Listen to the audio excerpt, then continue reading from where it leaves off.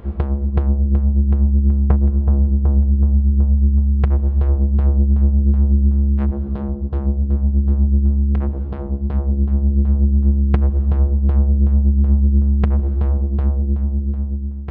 folks, I'm Spencer, and on today's episode of Cult Mania we're looking at the dark magical fairy tale that is Pan's Labyrinth, or to give it its more accurate Spanish title, El Laberinto del Forno.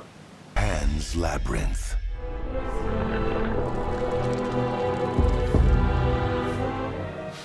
Coming to us from the wondrous imagination of Guillermo Del Toro, Pan's Labyrinth takes place during the Spanish Civil War. Similar to Del Toro's previous film, The Devil's Backbone, to which he said Pan's Labyrinth is the sister. He has planned to do a trilogy based on the Spanish Civil War, but we've never gotten that third film. So hopefully we will one day. The film tells the story of Ophelia, a young girl who, along with her pregnant mother, travelled out into the countryside to live on a military base so that they can be with her new stepfather, this despicable Captain Vidal. But whilst they're on this military base, she discovers a labyrinth, and at the heart of it is a faun, who tells her that she is a reincarnation of a princess from an underground kingdom, and that she must complete 3 tasks to return to her true home. Then whilst all this is playing out, you have a whole other plot line based around a group of rebels who live in the woods surrounding the military base, and these sort of rising tensions between them and Vidal and his troops. And it's this mixture of the sort of harsh realities of war and of just the real world in general, mixed with these sort of fantastical elements that are so key to why Pan's Labyrinth is so good. But it's more than just that you have these 2 disparate elements, it's that they are both played pretty similarly. I think a lot of films have tried to do a similar thing where you have reality and fantasy, but it's always the reality is bad, the fantasy is good. Here, it's this lovely thing of there are moments of beauty in the real world as well as in the fantasy world.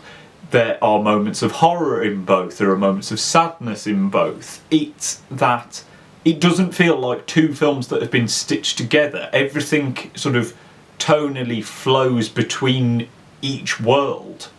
Well, in fact, it's not that they are separate worlds. It is just one world where the impact of one thing is felt elsewhere and they reflect one another. Because these two things are so married, because your emotion is able to cross over between the 2 elements, you always feel invested. Nothing feels like a waste of time. This is all helped by the fact that the film has fantastic performances. I mean, I have to take my hat off fully to Ivana Baquero, who plays Ophelia, because, I mean, how many films have we all watched where it's a child protagonist and the child actor can't act? Pan's Labyrinth is not one of those films. She is brilliant. She's a fully rounded character, which I know is in part through Del Toro's fantastic script. But you fully go with her. She can be funny. You feel every emotion that she goes through, because she goes through quite a lot in this film, and she always manages to pull it off to the right level. And that is so important because predominantly you are seeing the events of the film through her eyes. You have to be able to connect with her, otherwise none of it would come off.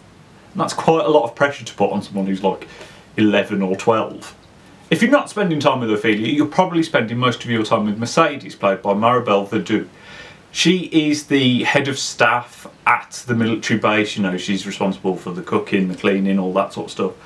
And she is really what helps tether the film in the real world. Her plots never really cross over with the more fantasy elements, but she is a fantastic character. Again, it's just so nice to have a film in which you are seeing pretty much everything through the eyes of women who have their own agency, even if it doesn't always appear that way. And again, you just really care about her. you spend so much time just hoping that everything will be alright for, most people in this. But the most eye-catching performance in the entire film goes to Sergei Lopez as Captain Vidal, because, oh my god, I don't swear very often on this channel, but he is an absolute bastard. He's horrible, there is nothing redeeming about him. He's an absolute dick. And yet, you cannot take your eyes off this performance. It is so, so good.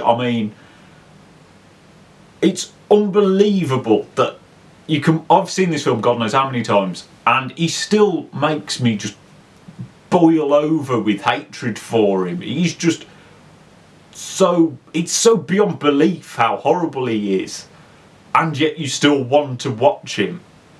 And it's also unbelievable that the producers tried to tell Del Toro that he shouldn't hire Lopez because he was known for comedy films and for sort of being melodramatic. And I'm like, Del Toro clearly knew what he was doing, because this is one of the best performances in any sort of fantasy film ever.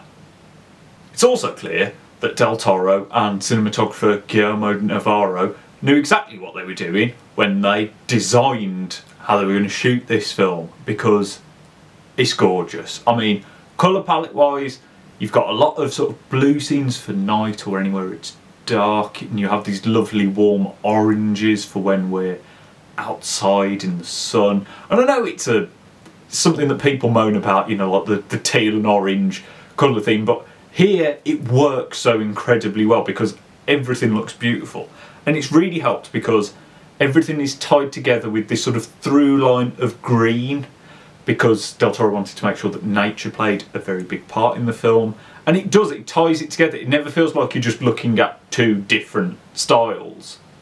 And camera movement, it's always so sort of effortlessly flowing. It flows like you're just being told this story by like your nan or something. It feels, I was about to say it feels weightless, but that makes it sound like it's hollow or empty. You just effortlessly flow around between scenes. There's a lot of like the camera will pan behind something and then we re-emerge somewhere else in editing. But it flows so well. It does have that sort of storybook quality to it without feeling cheesy. This is all helped because what they are getting to shoot is lovely. The production design overall is just phenomenal. There's fantastic sort of stonework around the labyrinth. Other sets are amazing. The Pale Man's Lair has this sort of fascist decadence. It's ridiculous. You have the room full of cogs which Vidal lives in, which is like being inside the watch, which is a key part of his character. And that's great because it feels slightly fantastical, but it always fits within the real world. It's one of those perfect places where the fantasy and the reality merge. And that extends to the fantastic creature effects. The Pale Man and the Faun absolutely steal the show. Doug Jones gives fantastic performances to bring them to life. But it's the fact that, despite being ridiculous and fantastical, they feel rooted in reality, which is in part because they are practical creations, but it's how detailed they are. Like the Pale Man, the flaps of skin, it's not the sort of detail you expect. Or with the Faun, the fact that it looks old, it looks like it has a history. It's the sort of the gnarled wood effect of it. It's the sounds they make, because they have such an organic sound to them. You just fully believe that they are real. And this is something Del Toro is amazing at. His creature designs and how he brings them to life is amazing, and this film is just the perfect. It's the perfect showcase for that. The film's score is also beautiful, if not particularly eye or ear catching. It's one of those scores that is doing a lot of heavy lifting without you necessarily noticing it. It's a very traditional score. The strings, for me, were what leapt out the most. I do like that the score is sort of very lullaby influenced. I mean, you open with someone sort of humming a lullaby, and that motif continues throughout the film. And it does help to build that fairy tale atmosphere. It's just, I think you'll be distracted by how beautiful the film looks, how great performances are, and a lot of the other sound design, you might not always necessarily notice the score. Do I have to really tell you that Pan's Labyrinth is pretty much a masterpiece? I mean, everything about it just works. It looks gorgeous, it's got fantastic performances, it's got amazing effects. All of the historical context of the film works so incredibly well. The way they merge reality and fantasy it's pinpoint.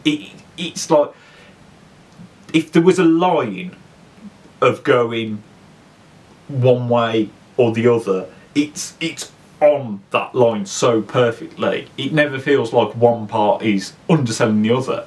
It has fantastic female characters who are so well-rounded.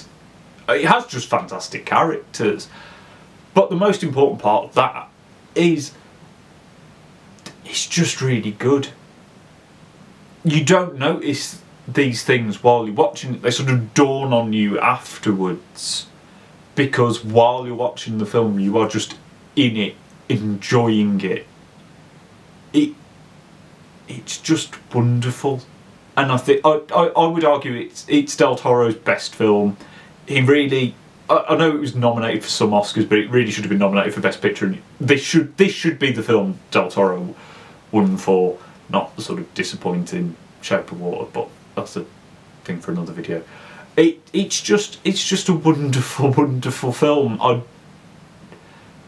I could happily watch it any day. It's lovely to be inside Del Toro's brain for the 2 hours. It doesn't feel like 2 hours, and yet it feels like all the time in the world.